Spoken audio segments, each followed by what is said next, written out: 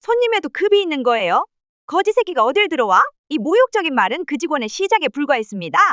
저런 사람은 처음 보내라고 하더군요. 500만 원인데요. 손님 같은 경우엔 무리일 텐데 다른 곳을 알아보시는 게 좋을 것 같네요. 손님에도 급이 있다는 듯한 태도로 직원이 말했다. 거지 새끼가 어딜 들어와? 그 모욕적인 말은 시작에 불과했다. 박철구는 자신을 소개했다. 그는 한때 모든 것을 바쳐 백화점을 성공으로 이끈 사람이었다. 이제는 딸이 백화점을 경영하고 있었지만 지나치게 일에 몰두한 나머지 가족들과는 서먹한 사이가 되었다. 그와 유일하게 말을 나누는 사람은 귀여운 손자뿐이었다. 그날 그는 손주의 생일 선물을 사기 위해 백화점을 찾았다. 그러나 그곳에서 충격적인 진실을 마주하게 되었다. 날씨는 유난히 춥고 바람이 매서웠다. 그는 언제나처럼 낡은 외투를 걸치고 백화점으로 향했다. 명품관 유리문을 열고 들어서는 순간 문을 지키던 직원들이 그를 위아래로 훑어보더니 얼굴을 찌푸렸다. 저런 사람은 처음 보내라고. 직원 중 한 명이 다른 직원에게 속삭이는 소리가 들렸다. 사람을 면전에 두고 저런 말을 하다니 박철구는 씁쓸함을 느꼈지만 애써 무시한 채 진열대 앞에서 작은 펜던트를 골랐다. 반짝이는 보석이 손주의 밝은 눈동자를 닮아 있었다. 그는 가격을 묻기 위해 직원을 불렀다지만 직원은 한참 동안 다른 곳만 바라보다가 마지못해 다가왔다. 500만 원인데요. 손님 같은 경우엔 무리일 텐데 다른 곳을 알아보시는 게 좋을 것 같네요. 그 말을 듣는 순간 박철구는 쓴웃음을 지었다. 직원의 눈빛에는 멸시가 가득했고 말투는 조롱에 가까웠다. 속이 타버릴 것 같은 기분이었다. 도대체 어떻게 사람을 이토록 무시할 수 있는 걸까? 기분이 상한 그는 다른 매장으로 발길을 돌렸다. 우연히 옷 하나를 집어들었는데 마침 한 학생도 같은 옷을 잡고 있었다. 할아버지, 내가 먼저 잡았는데요. 박철구는 손주가 입으면 무척 예쁠 것 같아 옷을 놓지 못했다. 하지만 직원은 그의 초라한 행색을 한번 훑어보더니 그를 세게 밀쳐버렸다. 그 바람에 박철구는 균형을 잃고 바닥에 넘어졌다. 그때 다른 직원이 반갑다는 듯이 다가왔다. 고객님, 요즘 왜 이렇게 뜸하셨어요? 딱 고객님 거네. 박철구는 가까스로 몸을 일으키고 자신을 밀친 직원에게 따졌다. 왜 밀쳤습니까? 그러나 직원은 도리어 그를 나무라듯 소리쳤다. 차피 안 사실 거잖아요. 그게 무슨 말인가 싶어 되물었지만 직원은 피식 웃으며 비아냥거렸다. 고객님, 이거 한 벌에 400만 원이 넘어요. 지금 입고 계신 옷의 10배는 넘을 거라고요. 순간 박철구의 속에서 천불이 이는 것 같았다. 하지만 분노를 표출하려던 순간 갑자기 속이 불편해졌다. 화장실을 찾아야 했지만 이런 상황에서 직원에게 다시 묻는다는 것은 쉽지 않은 일이었다. 하지만 용기를 내서 조심스럽게 물어보았다. 그러나 돌아온 대답은 더욱 가관이었다. 죄송하지만 여긴 식 가고객 전용 시설입니다. 혹시 몰카라도 설치하실 건 아니시죠? 요즘 수상한 분들이 많아서요. 그 말을 듣는 순간 박철구는 할 말을 잃었다. 그의 눈앞에서 다른 손님들은 아무런 제지 없이 화장실을 드나들고 있었다. 하지만 유독 그에게만 모욕적인 의심을 던지고 있었다. 옆에 있던 다른 직원은 작은 목소리로 속삭였다. 그냥 경비 불러서 내보내죠. 그는 그저 낡은 외투와 허름한 차림 때문에 범죄자 취급을 받고 있었다. 현실이 참 서글펐다. 그렇게 화장실을 가지 못한 그는 결국 그만 바지에 실수를 하고 말았다. 순간 주변이 조용해졌다가 웅성거리기 시작했다. 그의 인생에서 이렇게 수치스러운 순간은 처음이었다. 마치 백화점 전체가 한순간에 멈춰버린 듯한 기분이 들었다. 공기 속에 퍼지는 냄새와 함께 손님들의 표정이 일그러지기 시작했다. 누군가 본격적으로 수군거리기 시작하자 주변 분위기가 더욱 험악해졌다. 매장 안에는 웅성거림이 가득했고 이내 그를 향한 손가락질과 비웃음이 쏟아졌다. 여기저기서 휴대폰 카메라 셔터 소리가 들렸고 몇몇 사람들은 코를 막으며 그를 피해 지나갔다. 심지어 어떤 이들은 이 모습을 영상으로 찍어 실시간으로 소셜미디어에 올리려 했다. 그가 한때 이 백화점의 주인이었던 사실을 아는 사람은 아무도 없었다.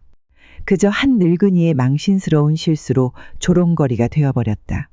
그때 매니저가 다급하게 달려왔다.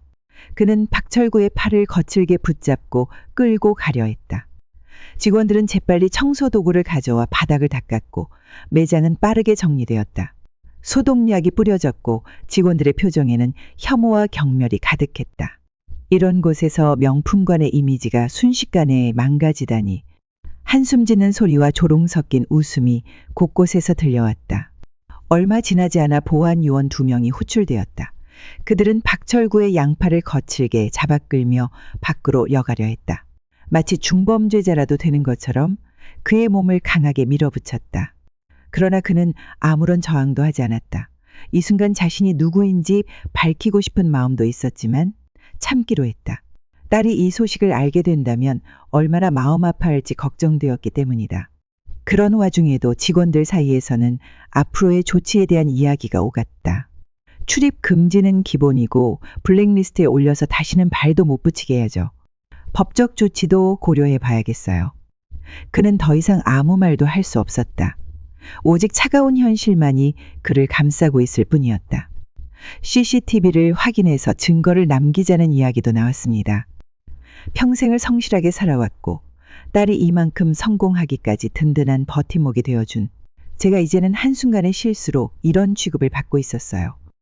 그렇게 보안 요원들의 소나기 힘이 더 세져갈 때였습니다. 문득 딸아이가 처음 이 백화점을 시작하면서 했던 말이 떠올랐어요. 모든 손님을 귀하게 모시겠다던 그 다짐, 진심을 다해 서비스하겠다던 약속이 지금 이 상황과 얼마나 동떨어져 있는지 실감이 났습니다. 돈 많은 사람, 그리고 외모 좋은 사람만 대접하고 그렇지 않은 이들은 무시하고 모욕하는 이곳이 제 딸의 백화점이 되어 있었어요. 하지만 이건 옳지 않습니다. 돈이나 외모로 사람을 판단하면 안 되잖아요. 그 순간 매장 안은 완전히 얼어붙은 듯 했습니다. 신입사원이라 그런지 그녀의 목소리는 약간 떨리고 있었어요. 하지만 그 속에 담긴 진심만큼은 누구보다 단단해 보였습니다. 그동안 쌓은 백화점의 신뢰가 이런 식의 고객 대우로 무너질 수 있다는 것도 지적했죠. 매니저는 서윤이의 발언이 무례하다며 그녀를 제지하려 했습니다. 다른 직원들도 서윤이를 말리려 했지만 그녀의 진심 어린 목소리 앞에서는 누구도 쉽게 나서지 못했어요. 경력도 없는 신입사원이 이런 용기를 보여주다니. 제 마음 한편이 뭉클해졌습니다. 그렇게 저는 그저 멍하니 서 있었어요. 이제 갓 입사했을 신입사원이 이렇게까지 저를 위해 나서는 모습에 눈시울이 붉어졌죠. 제 딸 또래로 보이는 그녀가 이런 위험을 감수하면서도 정의를 지키려 하는 모습이 너무나 감동적이었습니다. 그때 매니저는 결국 폭발하듯 소리를 질렀습니다. 당장 사직서를 쓰든지 아니면 이 자리에서 무릎 꿇고 사과하든지 선택해. 그의 손이 서윤이의 어깨를 거칠게 누르려 했죠. 하지만 서윤이는 한 걸음도 물러서지 않았어요. 신입으로서 불안한 위치에도 불구하고 그녀는 끝까지 자신의 신념을 지켰습니다. 주변 직원들은 고개를 숙인 채 이 상황을 외면했어요. 그때였어요. 매장 입구에서 누군가가 들어오는 소리가 들렸습니다. 모두의 시선이 그쪽으로 향했죠. 그리고 저는 그 순간 제 눈을 의심할 수밖에 없었어요. 그토록 그리워하던 제 딸이 그곳에 서 있었거든요. 그렇게 매장 입구에 들어선 제 딸은 늘 그랬듯이 당당하고 우아한 모습이었습니다. 하지만 제 모습을 발견한 순간 그녀의 표정이 순식간에 굳어졌어요. 바닥에 떨어져 있던 펜던트를 집어든 딸의 눈에서는 눈물이 맺혔습니다. 대화가 끊긴 지 오래여서 딸의 얼굴을 제대로 보는 것도 오랜만이었거든요. 모두 제가 젊을 때부터 너무 바빠 딸을 신경 써주지 못한 탓이었습니다. 아버지, 왜 이런 곳에 혼자 오셨어요? 그때까지도 매니저와 직원들은 아직도 상황을 파악하지 못한 채 술렁이고 있었어요. 오히려 사장님께 이런 불미스러운 일을 보고해야 한다며 분주히 움직이고 있었죠. 제 딸은 그들의 모습을 차갑게 바라보다가 입을 열었습니다. 제가 이 백화점 사장입니다. 그리고 이분은 제 아버님이세요. 그 순간 매장 안에 공기가 얼어붙었어요. 매니저의 얼굴은 순식간에 창백해졌고 방금 전까지 서윤이를 위협하던 기세는 온데간데 없이 사라져 버렸습니다. 제가 이 백화점 사장의 아버지라는 사실이 밝혀지자 직원들의 태도가 180도 바뀌었어요.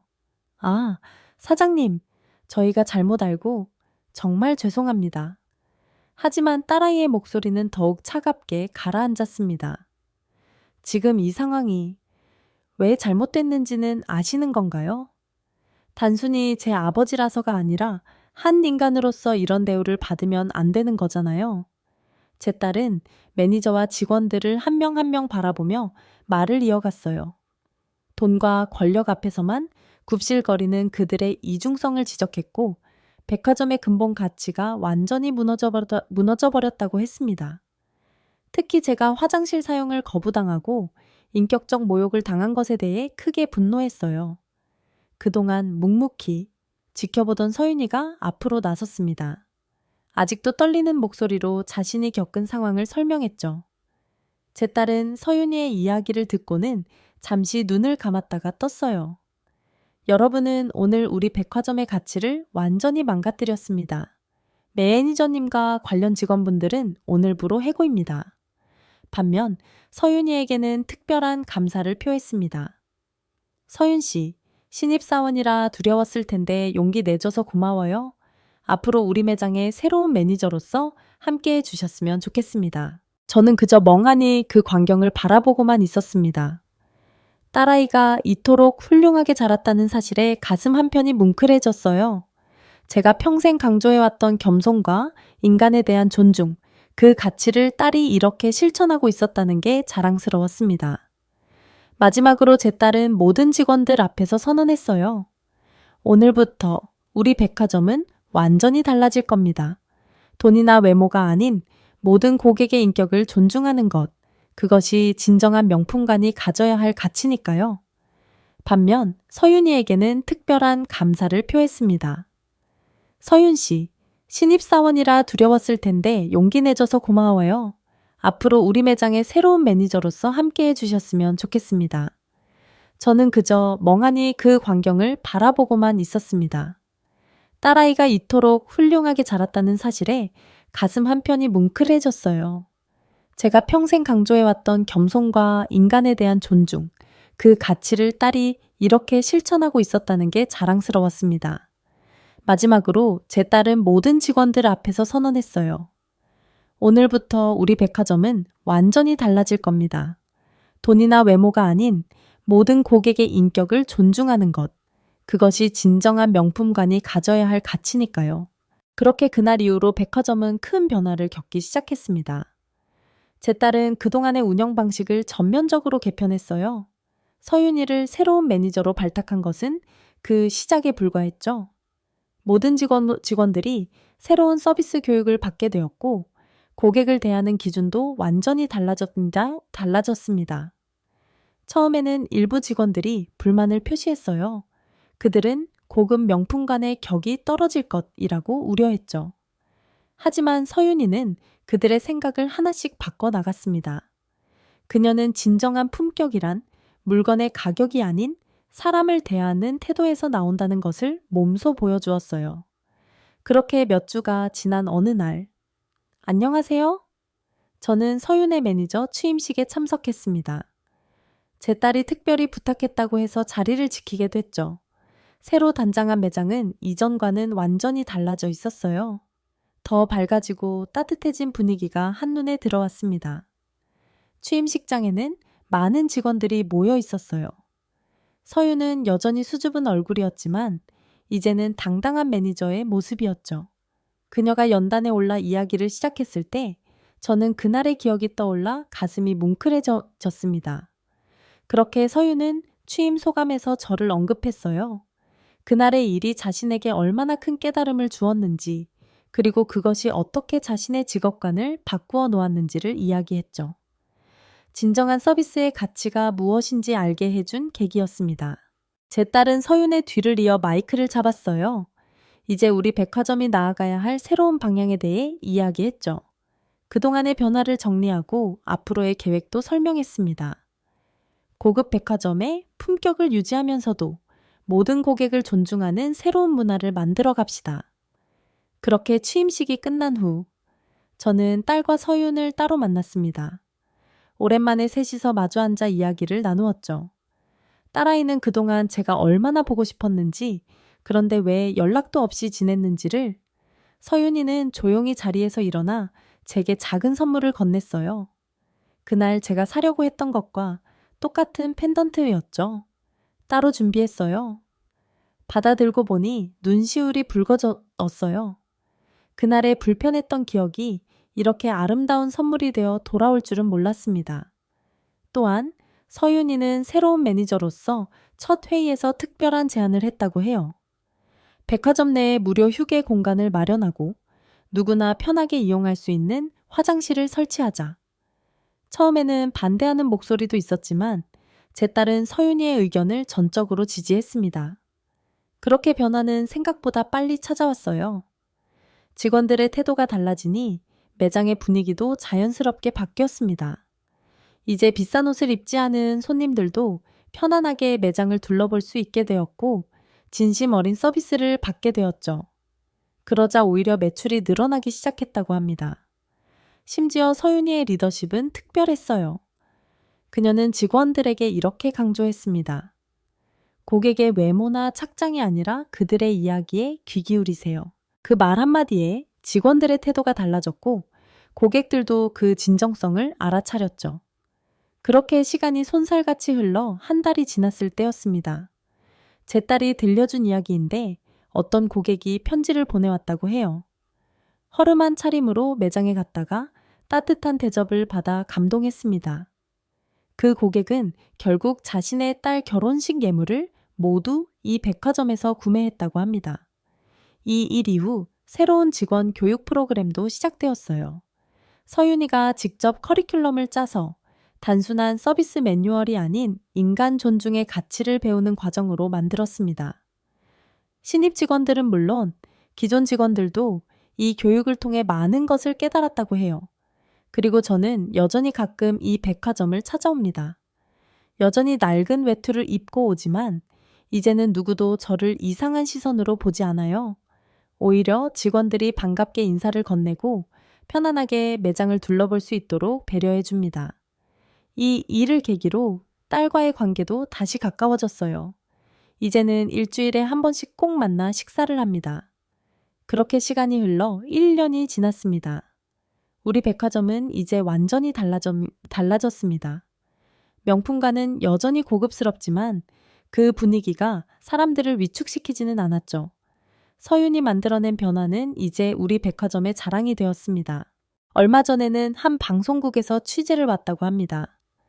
대한민국에서 가장 친근한 명품관.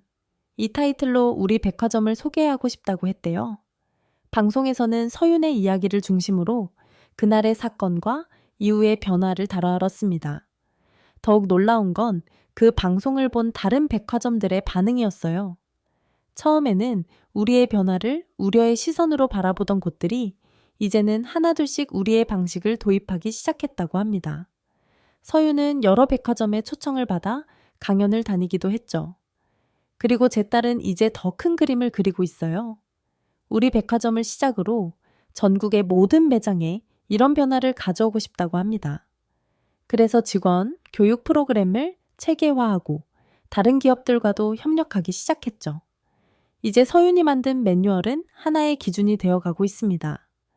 또한 서윤의 삶도 많이 달라졌어요. 얼마 전에는 한 대학의 특강 강사로 초청받았다고 합니다. 그날의 용기 있는 선택이 어떻게 자신의 인생을 바꾸었는지, 그리고 올바른 신념을 지키는 것이 얼마나 중요한지를 학생들에게 들려주었죠. 강의를 들은 학생들이 큰 감동을 받았다고 해요. 저는 요즘도 자주 백화점에 들릅니다. 여전히 검소한 차림이지만 이제는 그것이 제 자부심이 되었어요. 직원들은 저를 보면 반갑게 인사하고 때로는 잠시 앉아 이야기를 나누기도 합니다. 특히 신입 직원들은 저를 통해 그날의 이야기를 전해 듣고 싶어 하더군요. 얼마 전에는 특별한 손님을 만났습니다. 그날 매장에서 저를 몰래 촬영하려 했던 젊은 여성이었어요. 그녀는 제게 깊이 사과했습니다. 방송을 보고 자신의 잘못을 깨달았다며 그리고 이제는 사람을 겉모습으로 판단하지 않게 되었다고 했죠. 저는 그저 웃으며 그녀를 안아주었습니다. 그리고 우리 가족의 일상도 달라졌어요. 매주 일요일이면 딸과 함께 저녁을 먹습니다. 가끔은 서윤도 함께 하죠. 이런 자리에서 우리는 백화점 이야기보다는 서로의 일상을 나눕니다. 딸은 여전히 바쁘지만 이제는 저와 함께하는 시간을 소중히 여기더군요.